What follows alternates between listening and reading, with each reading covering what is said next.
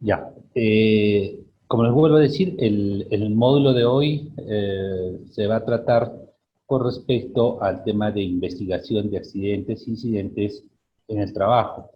Eh, También vamos a hablar un poco con respecto al tema de adquisición de enfermedades ocupacionales y el tema de reportes de ellos ante la autoridad de vigilancia o control, básicamente al Ministerio de Trabajo y en otros casos el tema es FUNAT.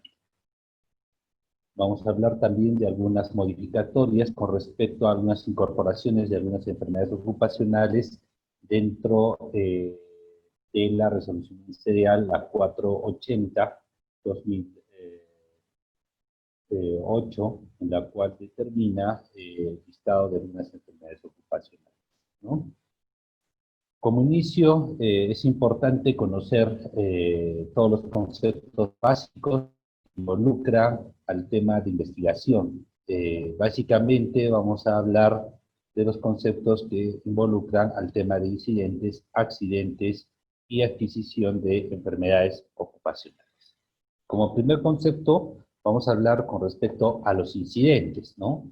Los incidentes básicamente son sucesos que son acaecidos en el curso del trabajo o al momento de realizar las actividades laborales. Eh, los incidentes se pueden determinar como acciones repentinas, involuntarias, ¿no? Causadas por un agente externo, ¿no? Que básicamente no va a causar un daño incapacitante en el trabajador. Un incidente podría ser como un ejemplo, de repente yo voy caminando por la empresa y tengo un resbalón, ¿no? O tropiezo con algo que dejó un compañero tirado en el piso y no me va a producir daño porque de repente tengo una reacción para evitar que pueda tener una lesión en mi cuerpo, ¿no? Entonces, al no tener alguna lesión corporal significativa, se va a determinar como un incidente, ¿no? ¿Sí? Solo requiere un cuidado de un primer auxilio. Por ejemplo, no sé, de repente me raspé la mano con una máquina y me desolló la piel. Entonces voy a la enfermería, me hacen una limpieza de la herida y me ponen de repente un apósito y regreso a mi actividad laboral porque no me impide esta lesión de repente seguir mis labores. Por lo tanto, se va a determinar como un incidente, ¿no? Acá en la sierra hablamos mucho del famoso uy casi. Estoy caminando, me tropiezo, pongo las manos y digo, uy, casi, ¿no? Entonces es una acción violenta, repentina, ocasionada por un agente externo, involuntario, y no causa daño corporal. O si existiese una lesión, no me inhabilita para seguir haciendo mis actividades laborales. Eso se va a determinar como un incidente. ¿Perfecto? Entonces, el famoso uy, casi sería el incidente. Acá también tenemos tres conceptos, tres términos muy importantes que vamos a utilizar durante toda la exposición, que es con respecto a los incidentes peligrosos, accidentes de trabajo y enfermedades ocupacionales. En los incidentes peligrosos son todo suceso potencialmente riesgoso que puede causar la lesión o enfermedad a las personas, ¿no es cierto?, durante la actividad laboral o también a la población. Estos incidentes peligrosos probablemente puedan ser, digamos, aquellas situaciones que por su magnitud podrían ocasionar una lesión grave a un trabajador o la muerte a un trabajador y también podría de repente ocasionar una lesión, muerte a un tercero, ¿no? Pongamos como un ejemplo, el, el cerco perimétrico de una fábrica, de una empresa, está en malas condiciones. De repente está erosionado por el agua, por la lluvia, de repente es muy antigua y está inclinada. Al estar inclinada es un incidente peligroso. No ha caído, pero al tenerla ya a un grado muy deteriorado, podría caer sobre una persona que esté transitando fuera de la empresa. Eso me va a determinar como un incidente peligroso, ¿no? Por ejemplo, el tema de una fuga de gas, digamos, en la empresa, ¿no? La fuga de gas que se reporta inmediatamente, ¿no? Podría haber ocasionado una explosión, ¿no? Pero como no ha ocasionado nada, se va a determinar como un incidente peligroso. Luego, con respecto a los accidentes de trabajo. Los accidentes de trabajo son todo suceso repentino que se produce como causa o ocasión del trabajo, que genera en el trabajador una lesión orgánica o una perturbación funcional, una invalidez o una muerte, ¿no?, del trabajador e interrumpa los procesos normales. Un accidente de trabajo básicamente se va a dar por la consecuencia de la actividad laboral, ¿no?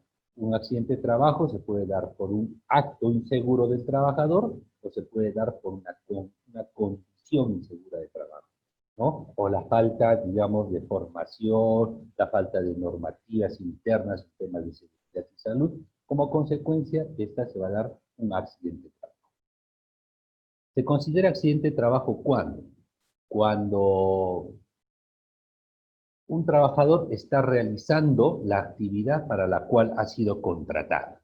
¿Perfecto? Durante esta actividad sucede una acción violenta repentina que daña al trabajador, lesiona al trabajador, ¿no? Le crea una invalidez, le causa la muerte, se va a determinar como un accidente. Segundo, cuando el suceso ocurre dentro de las instalaciones del centro de trabajo, ¿no? De repente el trabajador se está desplazándose de un punto a otro, ¿no? Digamos, está en el taller 1 y tiene que ir al taller 2, ¿no? O de repente si trabaja en oficina, está llevando unos documentos donde, digamos, a gerencia, y al subir las gradas se tropieza y cae de las gradas. Por ejemplo, eso se va a determinar como un accidente de trabajo. ¿Perfecto? Lo tercero que se va a considerar como accidente de trabajo es cuando el trabajador sufre daño, ¿no es cierto? O el suceso, cuando él de repente tiene que desplazarse fuera de la empresa, ¿no? A ver, Pedro, por favor, vaya a pagar el recibo de luz de la empresa, ¿no? Y en el trayecto de ida o vuelta de esta actividad que ha sido ordenada por el empleador, le sucede algo, eso se va a determinar como un accidente de trabajo. Porque dicen, accidente de trabajo se da, uno, cuando está realizando sus actividades propias. Dos, cuando sucede dentro de las instalaciones de la empresa. Cuando está bajo una orden o subordinación de su empleador. ¿Perfecto? Entonces, esas serían las tres formas en las cuales se determinarían como accidente de trabajo. El otro punto es el tema de las enfermedades ocupacionales. Las enfermedades ocupacionales básicamente se contrae debido a la exposición de factor de riesgo relacionada con el trabajo, ¿no? Una enfermedad ocupacional podría ser, por ejemplo, una lumbalgia, ¿no? O de repente una lesión musculoesquelética, ¿no? Por las acciones repetitivas de una actividad laboral, es por la exposición. Está cargando del piso hacia una mesa constantemente, ¿no? Si no ha sido formado, no ha sido preparado como una técnica de carga, o las condiciones son inseguras, probablemente va a producirle una enfermedad ocupacional. Una enfermedad ocupacional frecuente básicamente es el uso del mouse, del ratón, ¿no? A veces les dan un mouse muy pequeño, o de repente un escritorio muy alto, un escritorio muy bajo, y cuando esta actividad es rutinaria, ¿no? Por la mala postura, ya sea de la muñeca, está muy abajo, muy arriba, o el mouse es muy pequeño, o el área donde trabaja con el mouse es muy reducida, va a comenzar a limitar un movimiento repetitivo con respecto a la muñeca, ¿no? ¿Y qué le va a producir? Una enfermedad ocupacional que se llama síndrome de túnel carpiano, ¿no? De repente un trabajador está expuesto permanentemente al uso de un rotomartillo, ¿no? Perfecto. Y no tiene los equipos de protección personal adecuados. De repente solamente da un tapón, disminuye los decibeles, pero igual sigue pasando más de 80 decibeles que va dañando el oído. Entonces eso le va a causar, ¿no?, una hipoacusia. La hipoacusia se determina como una enfermedad ocupacional. Perfecto. En este caso, por ejemplo, ya se tiene ya un antecedente que se da en el caso Padilla Mango, ¿no?, en el cual el Tribunal Constitucional determina que las enfermedades ocupacionales se van a dar por una acción de causa-efecto. O sea, quiere decir, bajo la exposición frecuente de algún factor de riesgo, por ejemplo, puede ser humo, gas, partículas, ruidos, eh, o de repente el tema de exposición o tensión en el trabajo, van a determinar bajo esa causa un efecto, y el efecto sería la enfermedad ocupacional. ¿Perfecto? ¿Hasta ahí alguna pregunta para pasar al próximo punto?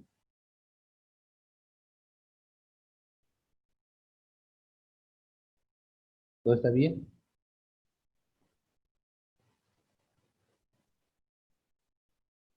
Perfecto. Entonces pasamos al siguiente punto, que es la clasificación de accidentes. Los accidentes de trabajo se pueden clasificar en tres puntos fundamentales: accidentes leves, accidentes incapacitantes, accidentes mortales. ¿Perfecto? Los accidentes leves son lesiones con descanso médico menor a un día. ¿Perfecto? En descanso, digamos, una lesión, un corte profundo, y bueno, voy a hacerme tratar al centro médico y me da un descanso, pero puede regresar al día siguiente. Eso es un accidente leve. Un accidente incapacitante te va a dar básicamente aquella lesión con descanso médico mayor a una jornada de trabajo y que determina un tratamiento médico. Esa va a determinarse como un accidente incapacitante. Los accidentes mortales, ¿no?, lesiones graves que causan la muerte, ya sea inmediata o posteriormente al accidente, ¿no? En este caso, por ejemplo, en los accidentes mortales es importante efectuar una estadística, ¿no es cierto?, que se considera a partir de la fecha de deceso, ¿no? Entonces, siempre ustedes que van a tener su registro de estadísticas, por ejemplo, se va a estar registrando una fecha posterior al descenso. En los accidentes mortales, ¿no?, la normativa nos dice que debemos comunicar dentro de las 24 horas, debemos comunicar a la, a, al- a la autoridad competente, en este caso es UNAFIL o Ministerio de Trabajo, dentro de 24 horas de sucedido el hecho. Dentro de los accidentes incapacitantes tenemos tres tipos, ¿no? La total temporal, la parcial permanente y la total permanente. Estos son los tres tipos. Ahorita vamos a ver más o menos cómo es que se determina cada una de ellas y en qué caso se va a considerar, ¿no? Una total permanente cuando la lesión genera, ¿no es cierto?, en el accidentado una imposibilidad, ¿no es cierto?, de utilizar su organismo, y se otorga un tratamiento médico hasta su plena recuperación. ¿Perfecto? Ahorita vamos a ver unos ejemplos sobre este caso. Lo digo ya de repente, por ejemplo, yo estoy haciendo una actividad laboral y me doblo el tobillo. ¿Perfecto? Me va a crear una incapacidad, ¿no es cierto?, total temporal. ¿Por qué total? Porque no voy a poder caminar, desplazar mi actividad de repente para la que he sido contratada, de repente es caminar, digamos, soy agente de ventas, tengo que caminar de un punto a otro punto. Entonces, me está haciendo una incapacidad total, pero temporal. ¿Por qué? Porque después del tratamiento y tenga mi recuperación, regreso nuevamente a mis actividades y recupero la funcionabilidad de la extremidad. Una parcial permanente, ¿no? Cuando la lesión genera la pérdida parcial de un miembro o un órgano y por lo tanto las funciones del mismo, ¿no? En este caso, por ejemplo, podríamos poner como ejemplo la pérdida de repente de una sección distal del dedo, ¿no? Perfecto. Va a ser parcial porque el miembro, la actividad, el dedito va a estar todavía ahí, pero va a ser parcial permanente. ¿Por qué? Porque no va a volver a crecer el dedo. Perfecto. Entonces es parcial permanente, ¿no? El otro caso es total permanente. Cuando la lesión genera la pérdida anatómica o funcional total del miembro, del órgano, ¿cierto? Y se considera a partir de la pérdida, ¿no es cierto?, del dedo meñique. Una total permanente, lo vamos a ver ahora, se puede observar con esta tabla. Esta tabla ustedes la van a encontrar, las aseguradoras utilizan, por ejemplo, esta tabla. ¿Para qué? Para determinar el grado de menoscabo. ¿Qué quiere decir menoscabo? La imposibilidad que te da de acuerdo al daño que tú puedas tener. ¿No es cierto? Hay un menoscabo, un deterioro en tu acción física, en tu actividad, en tu función, ¿no? Para eso se determina, ¿no? Por ejemplo, ¿no? Por porcentaje, ¿no? Una mutilación, por ejemplo, debajo de la rodilla, que va a determinar un 27.8% de menoscabo. Digamos, dedos de la mano, me va a determinar un 22,2% de menoscabo.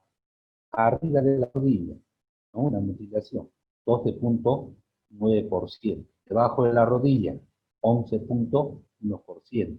Arriba del codo, ¿no? 7%. Y así sucesivamente vamos a estar determinando los grados de menoscabo. Por ejemplo, este dedito tiene mayor valor en menoscabo que este dedo, ¿no? ¿Por qué? Porque este dedo me sirve para poder hacer yo prensión, ¿no? Quiero sujetar mi celular, lo hago con la prensión o ayuda de este dedo. Pero si me faltase este dedo, mire, yo todavía sigo sujetando el celular, ¿no? Entonces, este tiene mayor valor, porque si no tengo este, probablemente, ¿cómo voy a sujetar? ¿No? Entonces se me dificulta sujetar. Cuando yo tengo una actividad, digamos, en construcción, tengo que agarrar un martillo, tengo que agarrar de repente un administrativo, un lapicero, ¿ya? Este, por ejemplo, tiene mayor valor. La pérdida de este me va a dar mayor porcentaje de menoscabo. Perfecto. Entonces, va a entrar uno de sus compañeros. Perfecto. Entonces, estos menoscabos se van sumando de acuerdo al porcentaje, ¿no? Que se va dando.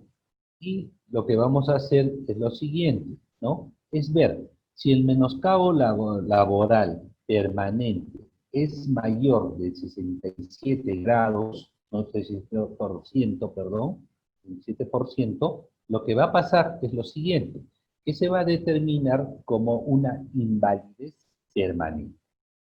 ¿Correcto? Porque los síntomas y los signos funcionales son graves, el examen clínico muestra un trastorno grave, el estado general se encuentra comprometida notablemente la capacitación de esfuerzo o respuesta a exigencias mínimas, son muy bajas, ¿no es cierto? Entonces, todo esto va a hacer que el menoscabo mayor a 67%, ¿no? Me determine como un inválido permanente, ¿no? En este caso, por ejemplo, ya el empresario tendrá que de repente, si bajo la investigación se determina que el accidente ha sido provocado por una condición insegura, una falta de control, ¿no? Y no así por una acción inadecuada del trabajador, el empleador se hará responsable de este trabajador. Y si el trabajador tiene un seguro complementario de trabajos de riesgo, el famoso SCTR, las aseguradoras lo que van a hacer es verificar, ¿no es cierto?, el menoscabo. Y si el menoscabo es mayor a 67%, la aseguradora le tendrá que pagar al trabajador asegurado como si tuviese una invalidez permanente, total permanente. ¿Perfecto? Esto un poco para que ustedes también vean con el tema de las aseguradoras, que muchas veces trabajamos con seguros de riesgo y nos ayuda a poder tener un mejor análisis.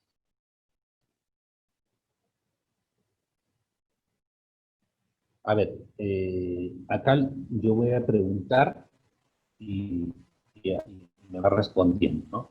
Una fractura de tobillo con 3 meses de descanso médico, ¿qué correspondería? A ver, Alex, por favor, dime, ¿qué correspondería ahí? Temporal. Sería una total temporal. Temporal. No solamente término temporal, sino es total temporal, ¿no? Total porque le impide la funcionabilidad de este miembro, ¿no es cierto?, en su totalidad, ¿no? Porque hay una fractura. Es temporal, ¿por qué? Porque una vez siendo tratado y recuperado, ¿no?, va a recobrar. Entonces, es temporal. Es una total temporal. ¿Perfecto? En el caso de una disminución de capacidad auditiva en un trabajador, ¿no?, que opera una maquinaria industrial con un ruido superior a 100 decibeles, por ejemplo. A ver, Jenny, por favor, dime qué correspondería.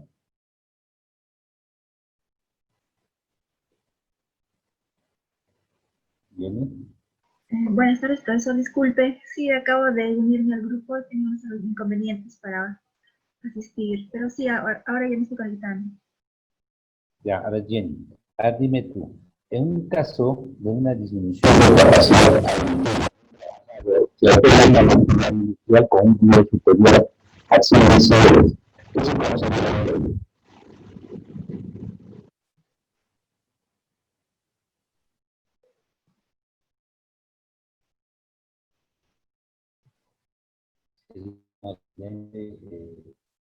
Una discapacidad total permanente, total temporal, una enfermedad ocupacional.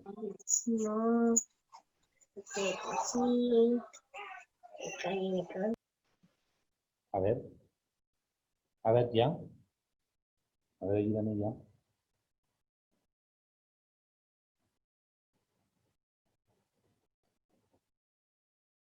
A ver, ¿quién responde? Bueno, se generaría en realidad una enfermedad, ¿no?, ocupacional. Perfecto, Alex, ¿no? Entonces, esta sería una enfermedad ocupacional, porque la hipoacusia es una enfermedad ocupacional. ¿Se acuerdan? Al tiempo de exposición. Tiene exposición expuesto a un ruido mayor de 80 decibeles. Nuestro oídito solamente aguanta hasta 80 decibeles. Y si es frecuente, ¿no es cierto?, esta exposición a 80 decibeles también se va a dañar. Peor aún, en el caso de un ruido, ¿no es cierto?, por una maquinaria industrial que tiene un ruido superior, dice, ¿no?, a 100 decibeles, ¿no? Por lo tanto, lo que le va a causar es una enfermedad ocupacional. ¿Se acuerdan? Causa, efecto. Una contusión por caída con retorno al día siguiente. A ver, Melissa, por favor.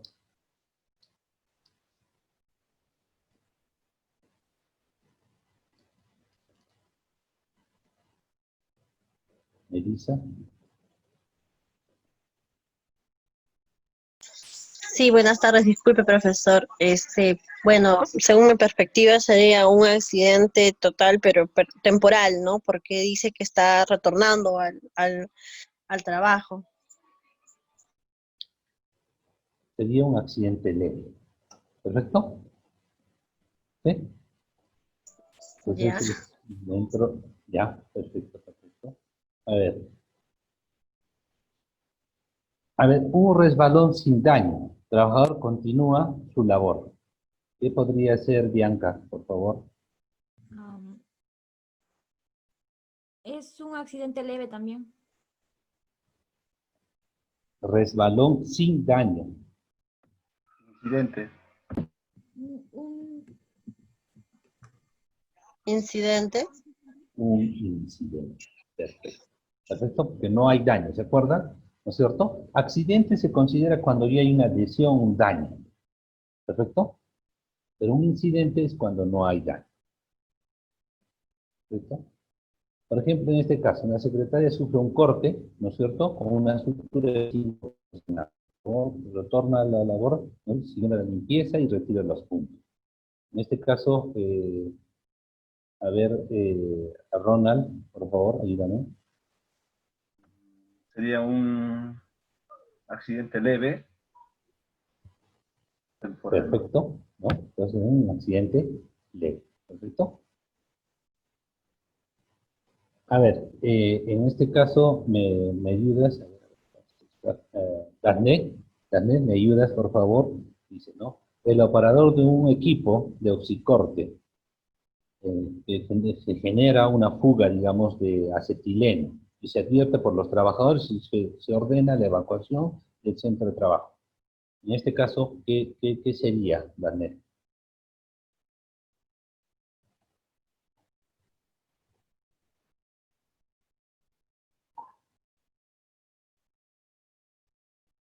Daphne.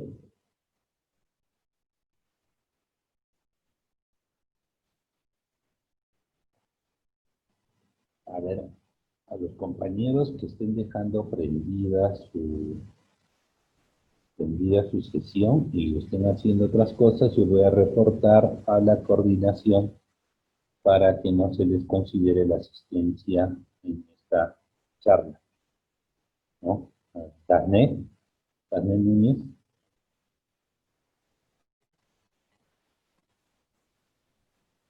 A ver si me ayudan y le escriben en el chat que Daphne te llamaron y no estabas. Por favor, alguien ponga en el chat. A ver, Victoria, ayúdame, Victoria. En el caso de esta fuga de acetileno, que se advertía por los trabajadores y se ordena la evacuación, ¿qué se consideraría? ¿Sería un incidente en el trabajo? Un incidente, perfecto, pero ¿incidente en qué? En el trabajo. Sí, está bien, incidente por el trabajo, pero ¿un incidente qué? Es algo que se reporta.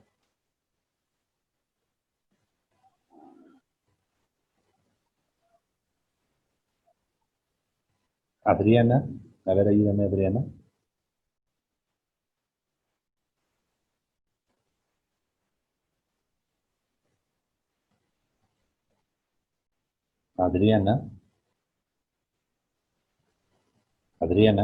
Adriana, igual, también escríbanle por favor y ahí en el chat para que lo lea luego. Adriana no está.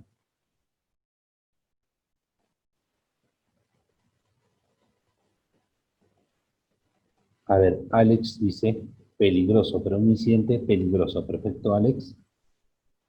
En este caso sería un incidente peligroso. Te vas a poner Adriana. No está. Y Daphne tampoco. Buenas, profesor. No es que yo estoy teniendo problemas con el internet, hasta que me bota cada rato. Profesor, yo también tengo problemas. Sí, acá estoy. Sí, le respondí que era incidente, solo que... Ya, ok. Entonces, tenemos acá que este sería un incidente peligroso. ¿Perfecto? ¿Sí? Es un incidente peligroso porque la fuga de acetileno probablemente podría provocar una explosión y producir un daño no solamente a la infraestructura, sino a todo el grupo de trabajadores que estén alrededor o al margen de esta área. Entonces, al no producirse una explosión y al verse advertido, ¿no?, anterioridad la fuga y ordenarse la evacuación del centro de trabajo, se convierte en un incidente peligroso. Acá dice, ¿no? ¿Qué no es accidente? ¿A qué se considera, a qué no se considera como accidente de trabajo? ¿no? Esto se va a dar de acuerdo al Decreto Supremo 0398, que básicamente da todas las normativas con respecto al seguro complementario de trabajos de riesgo. El seguro complementario de trabajos de riesgo, como les dije anteriormente, es aquel seguro que va a indemnizar al trabajador con respecto a que el trabajador que esté asegurado sufra un accidente de trabajo. Y para que la aseguradora, ¿no? Considere cuáles son accidentes de trabajo y cuáles no son accidentes de trabajo. En este caso, los que no son accidentes de trabajo son los siguientes, ¿no? Aquel accidente que se produzca en el trayecto de ida y retorno del centro de trabajo, aunque el transporte se realice, o sea, el transporte sea por parte de la entidad o vehículo propio de la empresa, ¿no? Es lo que dice, acá hay una contradicción, porque en la ley 29783 lo considera este punto, digamos, cuando está bajo la subordinación del empleador. ¿Qué quiere decir?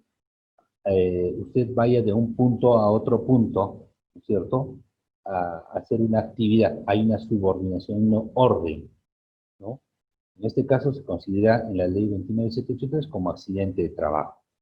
En el caso del Decreto Supremo 0398, dice lo contrario. Dice, ¿no? En el trayecto de ida o retorno del centro de trabajo, aunque el transporte sea a cuenta de la entidad empleadora, no se considera como accidente de trabajo. Eso es un poco contradictorio con respecto al seguro y a lo que determina el Decreto Supremo 03, que es el tema de pago de seguros, y lo que considera la ley 297.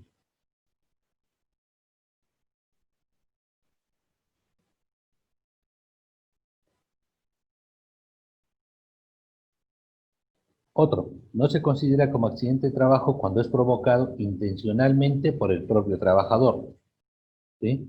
O la participación en riñas o peleas o otras acciones ilegales.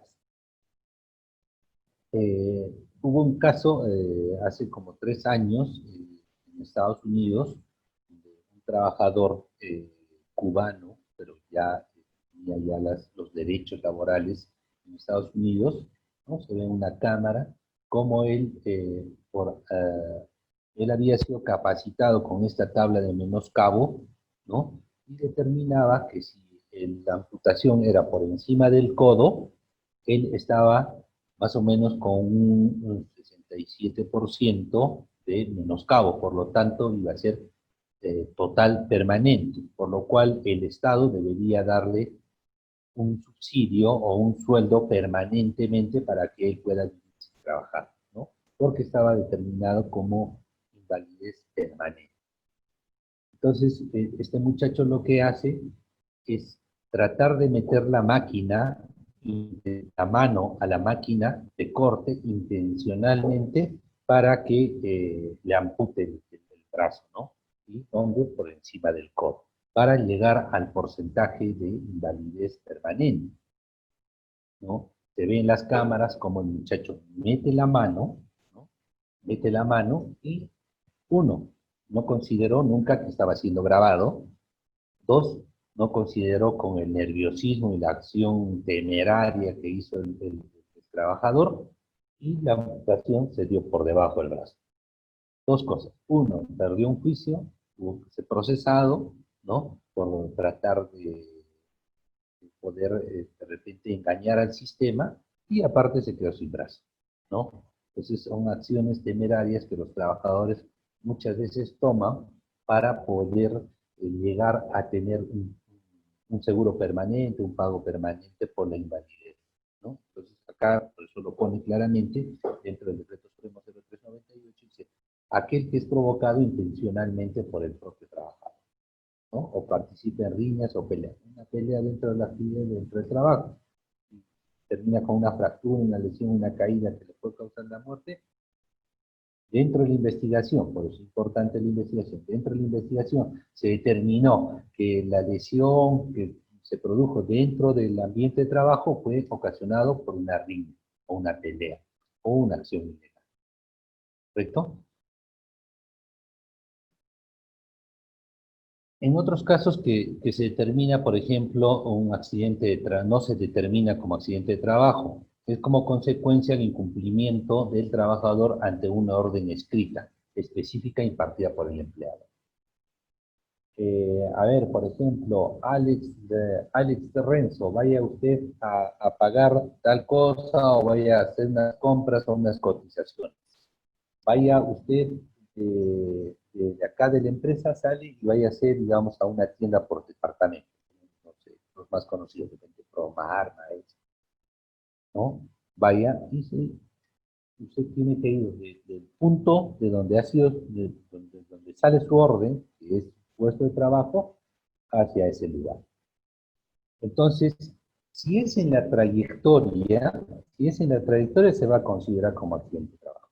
Pero de repente Alex dice, no, voy un rato a mi casa, me desvío y voy hacia otro punto.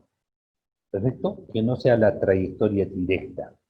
Y en ese desvío que yo tomo para hacer otra actividad que no es propia, que estoy incumpliendo la actividad a la cual me han enviado y me sucede un accidente, no se va a considerar como accidente de trabajo. Esto las aseguradoras ven bastante, ¿no? A veces salen con la unidad móvil, con la moto, con la camioneta, salen de la empresa a hacer una actividad que ya ha ordenado el empleador y se desvían para otro lado, sufre un accidente. Al hacer la investigación, la empresa aseguradora va a determinar que esto no es un accidente de trabajo. Y otra cosa muy importante es el tema de firmar las papeletas de salida. Al firmar las papeletas de salida, lo que pasa es que tú estás teniendo una prueba escrita de que el empleador te ordenó ir de un punto a otro punto. Es muy importante, chicos, cuando ustedes en el trabajo también tengan que salir o de repente como prevencionistas, siempre vigilar que los trabajadores que salgan del, eh, del puesto de trabajo a cumplir una orden de servicio, o sea, siempre salgan con una papeleta de salida en el cual determine la hora de salida, ¿no es cierto?, la actividad que va a realizar, a dónde se va a dirigir y la hora de retorno.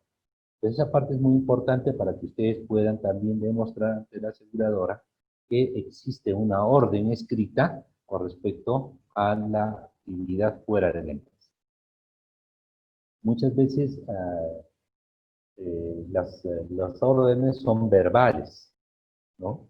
Y al hacer una orden verbal, tú no tienes un medio probatorio para determinar que fue un accidente de trabajo. Entonces es muy importante este punto, ¿no?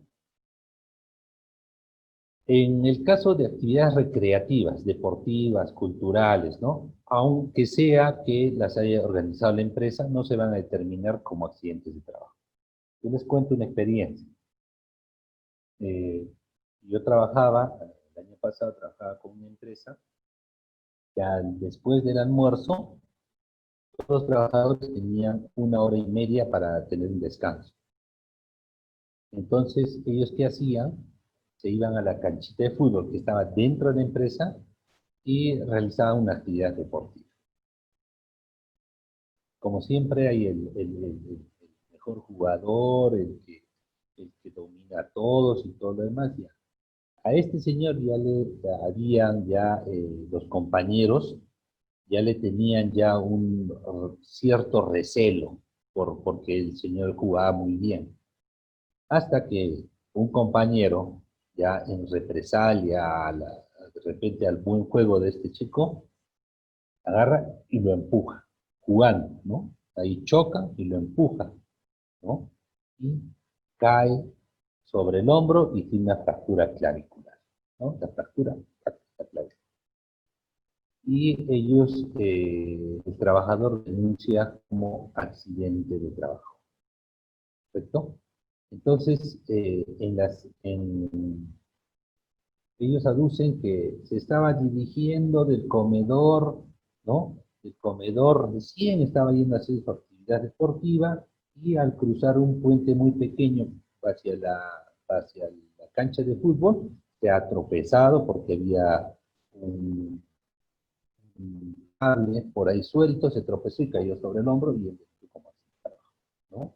Entonces, al realizar la investigación del hecho, ¿no? Se determina, pues, dentro de la metodología que se ha evaluado, el tema de recopilar la declaración de los compañeros, ver también cómo ha sido la lesión. Se tiene que evaluarse todo, ¿no? Cuando tú caes sobre cemento, sobre tierra, vas a tener el hombro rasguñado, ¿no? Si caes sobre pasto no va a haber nada. Entonces todo eso se va recabando en información y se determina, a pesar que ellos ya habían hecho un consenso para mentir entre todos, ¿no? Pero han quedado algunas pruebas sueltas, ¿no es cierto?, que no han podido cambiarlas, y se determina que fue en la acción recreativa, ¿no? Por lo tanto, se determina que que no es un accidente de trabajo. Y también se determina que es una falta grave, uno por tratar de engañar, ¿no? ¿No? Y mentir con respecto al suceso. Entonces eso me va a determinar como, como resultado del... ¿Cuándo no se considera como accidente de trabajo? ¿No? Cuando sobrevenga durante permisos, licencias, vacaciones o cualquier otra forma de suspensión del contrato de trabajo, ¿no? Yo estoy en mi casa, bueno, estoy de vacaciones, pero eso no es un accidente de trabajo porque eso está fuera de la empresa. ¿Cuándo no se considera accidente de trabajo? ¿No? De repente el trabajador, ¿no es cierto?, está bajo los efectos del alcohol o estupefacientes. En esos casos tampoco, ¿no es cierto?, la aseguradora y nadie va a poder ayudar en determinar que eso fue un accidente de trabajo. Mejor aún se va a convertir en una falta grave. Aquellos que se produzcan durante casos de guerras civiles internacionales, ¿no? No va o de repente un motín, o de repente el sindicato hoy declaró de repente una huelga, y en el hecho de hacer la huelga existe una lesión a un trabajador, no se va a considerar como accidente de trabajo, ¿no? En el caso de desastres naturales como terremotos, maremotos, erupciones volcánicas, ¿no? O algún tema de convulsiones naturales, no se va a considerar como accidente de trabajo, ¿no?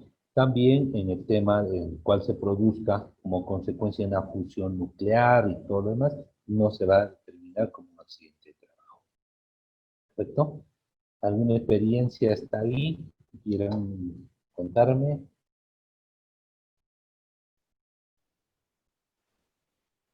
¿Alguna duda?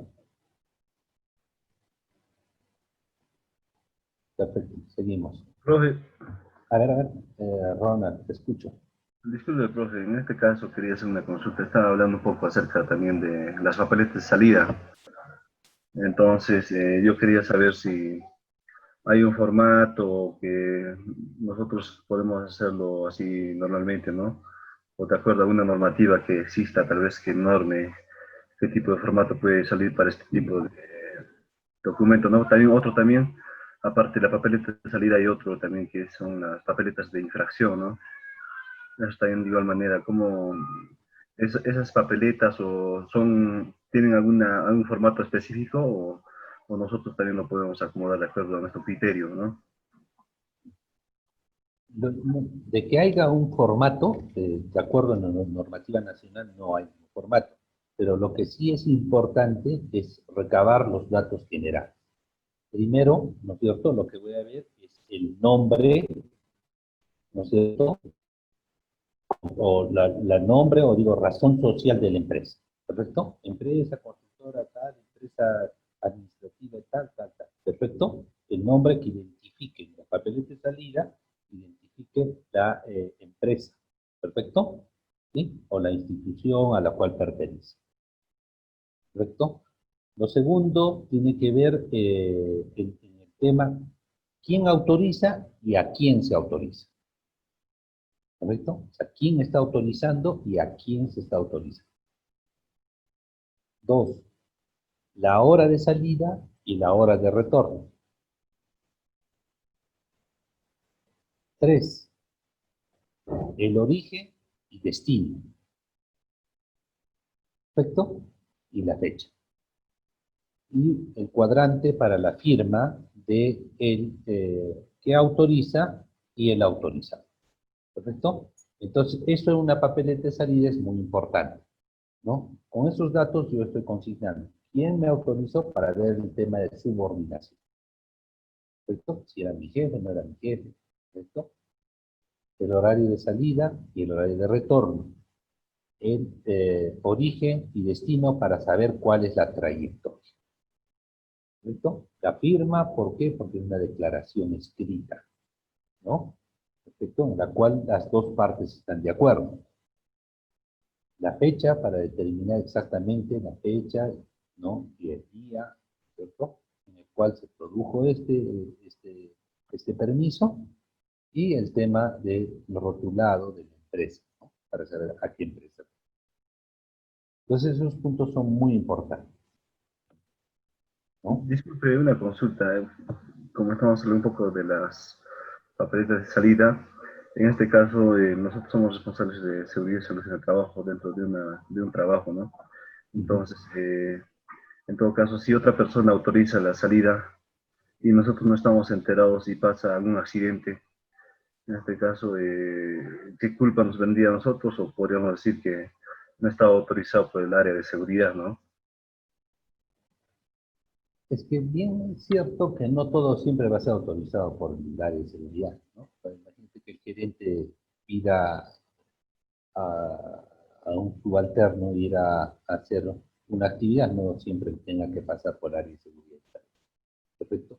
A menos que la actividad que va a realizar fuera de la empresa sea una actividad de riesgo, ¿no? Entonces, no siempre tiene que pasar, porque no es parte tampoco de las funciones del prevencionista de riesgo evaluar las salidas o no de un personal, ¿no? Pero en la empresa.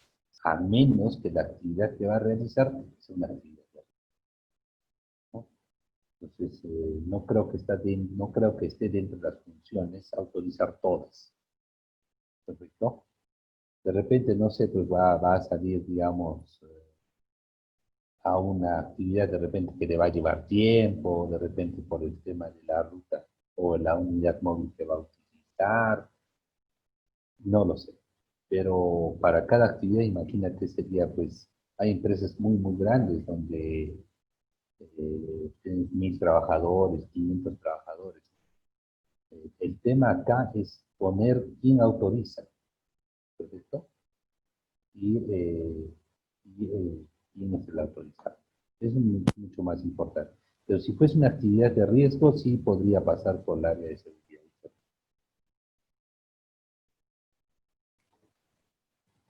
Lo otro era, Ronald, el tema de amonestaciones, por ejemplo, ¿no? El tema de amonestaciones, el documento de amonestaciones. El documento de amonestaciones básicamente va a ser cuando el trabajador incumpla, digamos, las actividades, o de repente incumpla o tenga actos inseguros que potencialmente pongan en riesgo su salud o la salud de otro. Entonces ahí sí se va a implementar, se va a impartir por el área de seguridad y salud las amonestaciones. Porque otro tipo de amonestaciones como los memorándum los hace el área de personal. Entonces un poco dividamos esas dos funciones con respecto al área de personal, ¿no? Que generalmente es quien da las órdenes de salida para todo personal, ¿no? Pero sí podría involucrarse en papeletas de salida al área de seguridad y salud cuando las actividades sean de riesgo, ¿no? Por ejemplo, a ver, bueno, no sé, no se me ocurre algo ahora, pero no sé si está claro, Ronald. No siempre el área de seguridad y salud va a dar permiso para eso. Quien está encargado básicamente para permisos y salidas es el área de personal. De acuerdo, profe. Yo, porque tenía una experiencia de haber trabajado como prevencionista en un lugar, y era un número de 120 trabajadores, que todos los trabajadores para cualquier tipo de permiso tienen que pasar con una firma de autorización para que salgan, ¿no? Entonces, prácticamente como si a nosotros nos están diciendo como si estaríamos autorizando salidas, si es que pasa algo, igual nosotros tenemos conocimiento para que para las investigaciones, para cualquier cosa que suceda en lo posterior, ¿no? Es, más que todo eso era mi duda. Muchas gracias, profe. Claro, eso va a depender, como te digo, también va a depender de la política interna de cada empresa, ¿no? Eh, digamos, en la zona donde estés, por ejemplo, no hay la presencia del área de recursos humanos. Entonces, dentro de tus funciones en tu contrato, dice, ¿no?, que el prevencionista será quien firme los permisos de salida. Los que están dando esa función. Que generalmente en otras empresas, de repente, donde se constituye todas las áreas de la empresa, recursos humanos, áreas de asistencia social, áreas de tal, es que está llamado a ver el tema de las papeletas de salida, generalmente el área de recursos humanos. ¿Perfecto? Yo involucraría en esos casos al área de seguridad y salud si la actividad sería de riesgo. ¿Ya?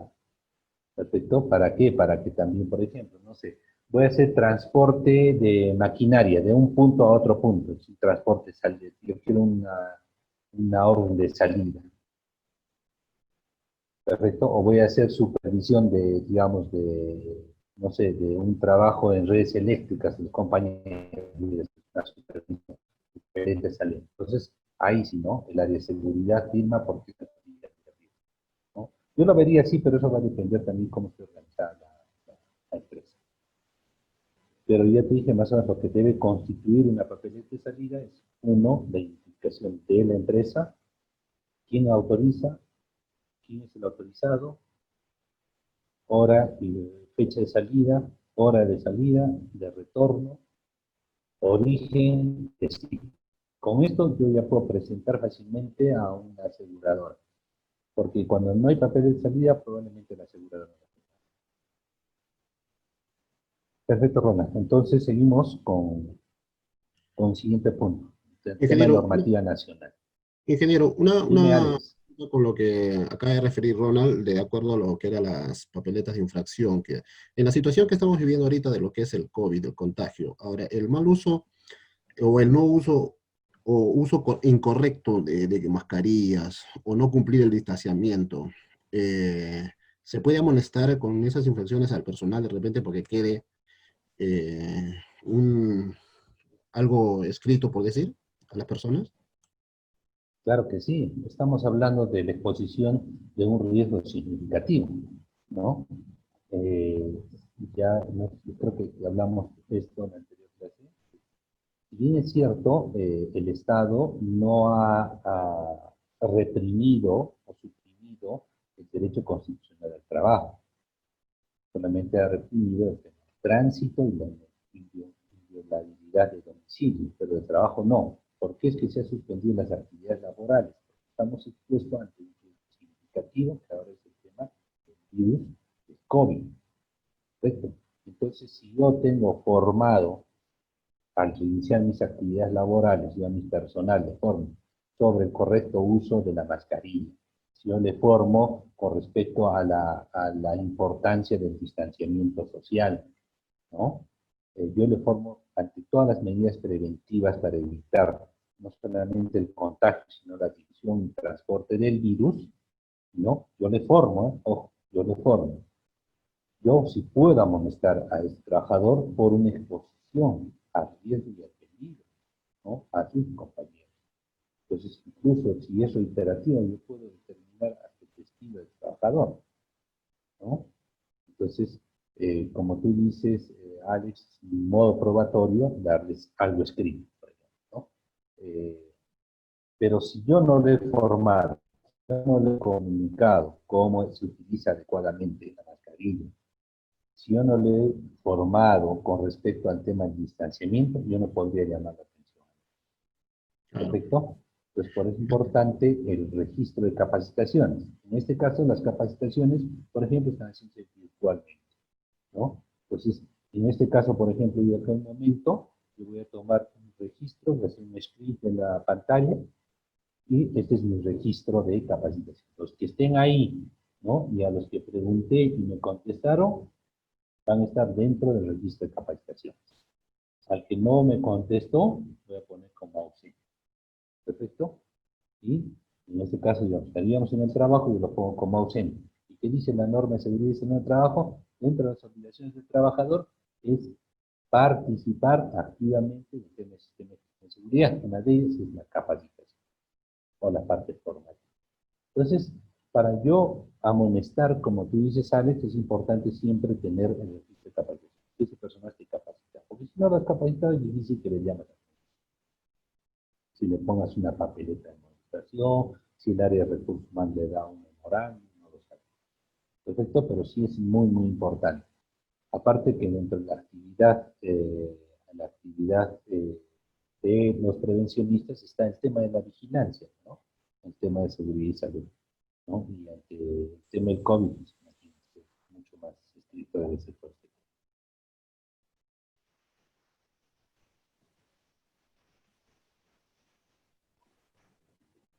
A ver, con respecto al tema de la ley 29783. Habla con respecto al principio de responsabilidad. ¿No? Dice, la responsabilidad siempre la va a tener el empleador. ¿No? El empleador asume la implicancia económica, legal y cualquier otra índole como la consecuencia de un accidente o una enfermedad sufrida en el trabajo, en el desempeño de las funciones y como consecuencia, ¿no es cierto?, conforme a la normativa vigente. O sea, el empleador siempre va a tener la responsabilidad. El empleador, muchas veces hemos visto que dice, no, ¿quién tiene la responsabilidad? El prevencionista. Tendrá una responsabilidad administrativa, ¿no? De repente por la falta de vigilancia, el tema de prevención, que no la ha hecho, ¿no? Podrá tener una responsabilidad administrativa, tendrá una sanción interna dentro de la institución, el despido, la no renovación de su contrato, ¿no? Pero la responsabilidad principal va a ser siempre del empleador, ¿no? Porque el empleador es el titular del tema de seguridad y salud en el trabajo. Para esto se va a tener tres tipos de responsabilidades o tres tipos de sanciones, ¿no? Unas son las administrativas, otras son las civiles y otras son las penales.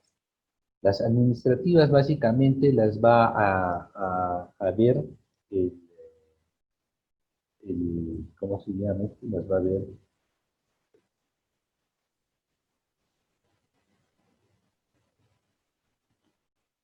en las administrativas las va a ver SUNAFIL o el Ministerio de Trabajo, ¿perfecto? Bajo las inspecciones permanentes que haga, ¿no? O de repente ante la intervención de la SUNAFIL o el Ministerio de Trabajo, ante un accidente, una enfermedad laboral y la inadvertencia o el incumplimiento de la ley de seguridad o la falta de implementación del sistema de gestión, va a haber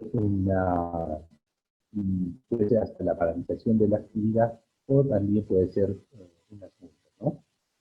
¿Quién las va a asumir? Las va a asumir directamente el empleador, que es el titular del tema de seguridad. Otra amonestación, ¿no? Otra sanción va a ser la siguiente, ¿no?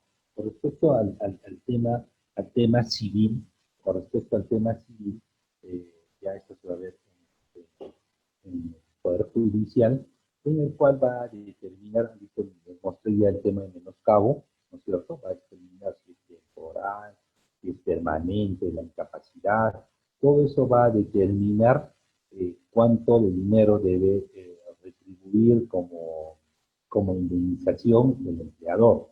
Pero a ver el tema de la edad, el proyecto de vida, si eres estudiante universitario, si eres estudiante técnico, si era el soporte económico de la familia, a cuántas personas a su disposición tenían.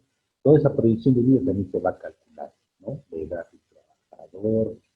Todo esto se va calculando y se determina un monto económico que tiene que retribuir como indemnización el empleador. ¿Correcto? El otro es con respecto a las sanciones penales, que ya lo vamos a ver ahora, ¿no? Y lo que determina el artículo 168, inciso A del Código Penal, con respecto a las sanciones penales que deben darse ante el incumplimiento de la norma de seguridad y salud del trabajo, ¿no? Otro principio básico es el principio de atención integral de salud, ¿no? Los trabajadores que sufran algún accidente de trabajo o enfermedad ocasional tienen el derecho a la prestación de salud necesarias, y suficientes hasta su recuperación. ¿Perfecto? Entonces, todo trabajador que pueda tener un accidente ocupacional, ¿no es cierto?, va a tener que acudir y nadie les puede decir que no puede ingresar a un centro de salud, ¿no?, donde tenga que recibir los cuidados necesarios para conservar la vida, ¿no? Entonces hay un principio de atención integral que también está dispuesto en la Constitución Política del Estado, en cual determina como derecho constitucional al tema de la prestación de salud, ¿no? Y también al derecho a la vida y la salud. Entonces, es muy importante eso, ¿no? Y nadie te puede negar el tema del acceso, ¿no?, a un centro de salud o a recibir la atención médica integral, ¿no?, para conservar la vida y la salud. Con respecto también a la ley 29783, habla con respecto a las indemnizaciones de daños en salud, ya los había dicho antes, con respecto a los montos que tiene que dar y tiene que ser asumido por el empleador, en este caso, ¿no? Pero asumido es cuando sea responsabilidad del empleador, cuando un accidente o un incidente bajo la investigación se determine que la causa del accidente es por una inobservancia de la ley por parte del empleador, ¿no? Cualquier cosa que pueda pasar con respecto a la inobservancia del trabajador probablemente se inhiba de toda responsabilidad al empleador, ¿no? En el artículo 68 también habla con respecto a la responsabilidad social. La responsabilidad social siempre va a existir por parte del empleador. Pongamos un caso. Dentro de las instalaciones, yo contrato a una empresa para que realice una actividad X. Al realizar esta actividad, se produce un accidente por parte de esa empresa contratista, ¿no?, de un trabajador de esa empresa contratista. Siempre va a existir la responsabilidad solidaria del empleador principal. ¿Perfecto? ¿Sí? ¿Por qué? Porque el empleador directo es el contratista, el principal es la empresa. ¿Perfecto? Siempre va a haber una responsabilidad. ¿Por qué? ¿Por qué esta figura de responsabilidad solidaria? Porque muchas veces las empresas contratistas, pequeñas, al no tener un soporte económico estable, probablemente se declaren en quiebra, se produzca de repente la fuga o la ausencia del empleador directo. Quien va a asumir la responsabilidad es el empleador principal. ¿Perfecto? Entonces es muy importante, ¿no? Por ejemplo, tuve un caso en Arequipa en el cual falleció el gerente de la empresa, ¿no? Muchas veces hay empresas pequeñas, que están pues constituidas por 3 o 4 personas. Y el gerente también es uno de los que trabaja en la empresa, ¿no? Se estaba haciendo la excavación para el tendido de tubería de desagüe, ¿no? Entonces, como Arequipa es bastante plana en unos puntos, pues constituyen pedregal, ¿no? Tenían que excavar profundamente para que haya pues el desnivel para que fluya, ¿no?, el desagüe, y por lo tanto comenzaron a hacer una excavación mucho más profunda. El piso no es sólido, ¿no? No habían hecho el soporte de las paredes, ¿no? Y cuando estaban haciendo la excavación, cayó toda la tierra y los sepultaron a los trabajadores. Dentro de ellos, el empleador directo, ¿no? Era el gerente de esta empresa contratista. Entonces, ¿quién tuvo que asumir toda la responsabilidad? El empleador principal. Entonces, eso también, por eso que no se quita este artículo 68 con respecto al tema de acceso, ¿no? El tema de indemnizaciones y todo. En el caso de adecuación del trabajador en otro puesto de trabajo, si un trabajador sufre un accidente y por consecuencia de esto sufre una lesión de repente incapacitante, una fractura de la columna y por lo tanto ha perdido la movilidad de los miembros inferiores, ¿no? Pero él trabajaba en una actividad en la cual tenía que caminar permanentemente de un punto a otro punto. Entonces, ¿qué hace el empleador? Lo va a colocar en otro puesto de trabajo, ¿no es cierto?, en un primer nivel, en un área administrativa, en el cual no sea necesario el desplazamiento permanente del trabajador, ¿no? Entonces, está haciendo una adecuación, ¿no?, del trabajador a otro puesto de trabajo. ¿Cuáles son las obligaciones de los trabajadores? Con respecto a las obligaciones de los trabajadores, principalmente es coordinar y participar en el proceso de investigación, ¿no? La Ley de Seguridad y Salud en el Trabajo dispone que parte de las funciones del Comité de Seguridad y Salud en el Trabajo es participar en las investigaciones, o elaborar o realizar las investigaciones de accidentes. ¿Quiénes conforman el Comité de Seguridad y Salud del Trabajo? Los representantes de los trabajadores y los representantes de los trabajadores. Entonces es importante en el tema de las obligaciones de los trabajadores participar en el proceso de investigación. ¿Perfecto? Otra obligación del trabajador es reportar, ¿no? De repente, si existe algún incidente, un accidente de trabajo, o de repente la exposición ante un factor de riesgo que pueda provocar una enfermedad ocupacional, es importante también determinar los reportes. Para esto, de repente el área de seguridad y salud, que puede hacer unas hojitas de reportes de accidentes incidentes. ¿Esto para qué les va a servir? Para que el trabajador haga uso de esta obligación, ¿no? De reportar permanentemente, ¿no es cierto?, cualquier acción que vea que sea incorrecta o una condición que pueda ocasionar un accidente, lo pueda reportar. De tal forma que el comité pueda reunirse también y le va a servir como nutriente. Al prevencionista también le va a servir para que él pueda de repente levantar una observación rápidamente para corregir esa condición o ese acto, ¿no? O de repente con la reunión periódica mensual con el comité también se pueda leer estos reportes y ayude a determinar una mejora continua. Con respecto al tema penal, les decía, ¿no? El 30 de diciembre del año pasado, se modifica por tercera vez el artículo 68, inciso A, del Código Penal, ¿no? En el cual dice, ¿no? Atentando contra las condiciones de seguridad y salud en el trabajo. Y termina, ¿no? El que deliberadamente infringiendo las normas de seguridad y salud en el trabajo y estando legalmente obligado, pone en peligro inminente la vida y la salud e integridad física de sus trabajadores de forma grave, será reprimido con una pena privativa de libertad no menor de 1 año ni mayor de 4 años. Si como consecuencia de la observancia deliberada de la norma de seguridad y salud en el trabajo se causa la muerte de un trabajador o tercero, escuchen esto bien, a causa de un trabajador o tercero. Tercero quiere decir contratistas, subcontratistas, visitantes, clientes, usuarios. ¿Perfecto? ¿Sí? Se causa la muerte del trabajador o un tercero, ¿no? O se produce una lesión, ¿no es cierto?, grave, se determina, ¿no?, ante la muerte no menor de 4 años y mayor de 8 años, ¿no? Ante un caso de lesión grave, no menor de 3 años y mayor de 6 años. Pena privativa de la vida. ¿Perfecto? Eso es muy importante. ¿Y esto ante quién va? Al empleador. ¿Perfecto? Acá tengo un caso, ¿no? A ver, un trabajador, un albañil,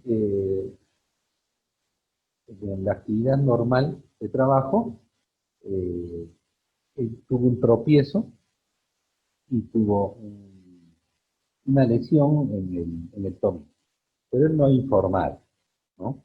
O él aduce, ¿no? Él cuenta, ¿no? ¿Sabe qué? Entra al área de seguridad y salud, ¿no? Y la prevencionista le dice, ¿sabe qué, señora prevencionista? Hace 3 días estaba caminando con unas tablas y me tropezaba. Yo tenía, no sé, una lesión en el pie.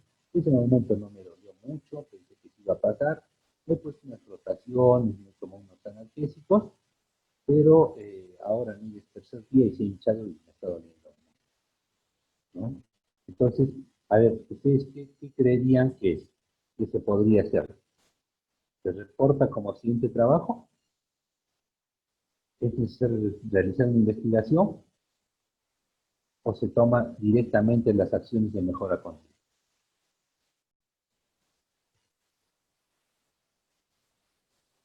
A ver, Jenny, ayúdame por favor en esto. ¿Qué es lo que harías tú? ¿Cuál de las 3 opciones tomas, Jenny?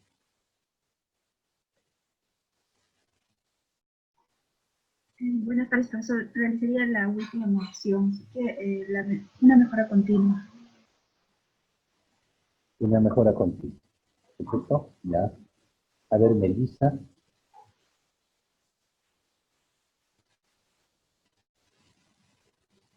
Melissa la una, Melissa la dos. Pero no falta Melissa. Sí, buenas tardes, profesor. Falta Melissa. Sí, disculpe. Yo también opino que sería la acción de mejora Corrido, continua. Sí, estoy un poco mal. a la acción de mejora. No hay problema. Cuando si estás con COVID, tienes los efectos. A ver, Bianca. Sería reportarlo como un accidente de trabajo. Ya. En caso de creerle, ¿no?, a las palabras del trabajador, ¿no?, que realmente ocurrió en el trabajo. Creerle, ¿no? Creerle en sus palabras. Kevin.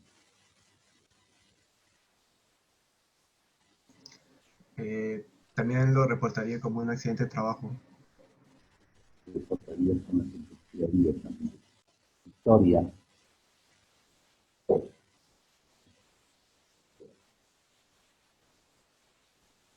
Victoria la una. Victoria la dos. Ya. Para mí sería realizar una investigación, ya que no lo he informado en ese mismo instante y ya pasa también tiempo. Perfecto. Un punto para Victoria, ¿no? Yo nunca lo voy a creer, porque si no ya no existiría el tema de investigaciones, ¿no? Si yo le voy a creer al trabajador. El trabajador me dice, no, a ver qué pasa si se echa en su casa. ¿Qué pasa si se echa jugando fútbol?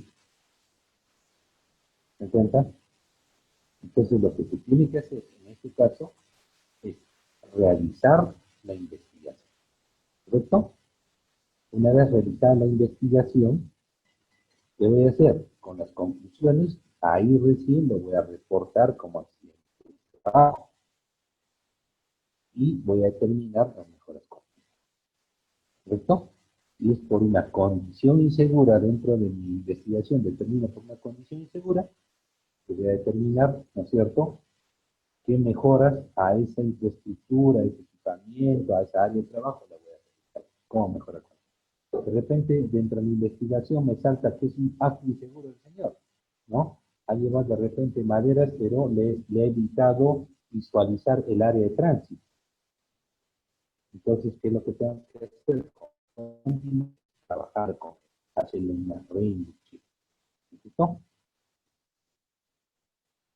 Comunicación de accidentes, ¿no? Dentro de las notificaciones descritas como obligatorias dentro de la ley 29 está con respecto a los accidentes de trabajo mortal.